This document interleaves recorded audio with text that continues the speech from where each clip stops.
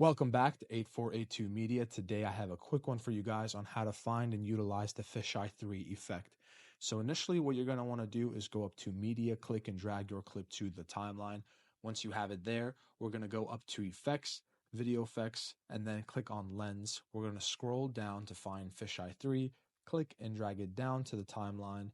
And now if we want it to be the full entirety of the clip or the video, we just click and drag the effect along the clip. And now with the effect being highlighted, we can go up to special effects and we can mess with the twist, the filter, and the strength and the range. And you guys can play around with those settings to fit your needs. So let's take a look.